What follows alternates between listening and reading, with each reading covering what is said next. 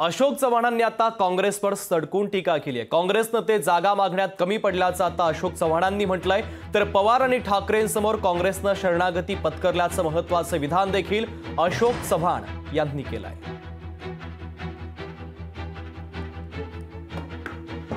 काँग्रेसचं जे तिकीट वाटपामध्ये झालेलं अपयश आहे आणि जे शेवटी रूपांतर पराभव मध्ये ज्याचा होणार आहे, या सगळ्याचा खापर अशोक चव्हाणांवर फोडण्याचा उद्योग सध्या सुरू आहे। अतिशय हास्यास्पद अशा प्रकारची बाब आहे। काँग्रेस नेत्यांचा, काँग्रेसच्या इच्छुक उमेदवारांचा आणि कार्यकर्त्याचा रोषाला समोर ज्यांना जायची हिंमत नाही आहे त्यांनी केलेला हा सगळा उपद्व्याप आहे।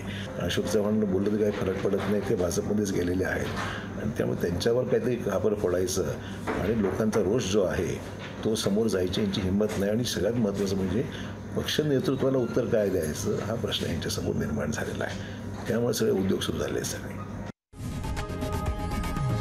लोकशाही मराठी ऐका, पहा, जागरूक रहा।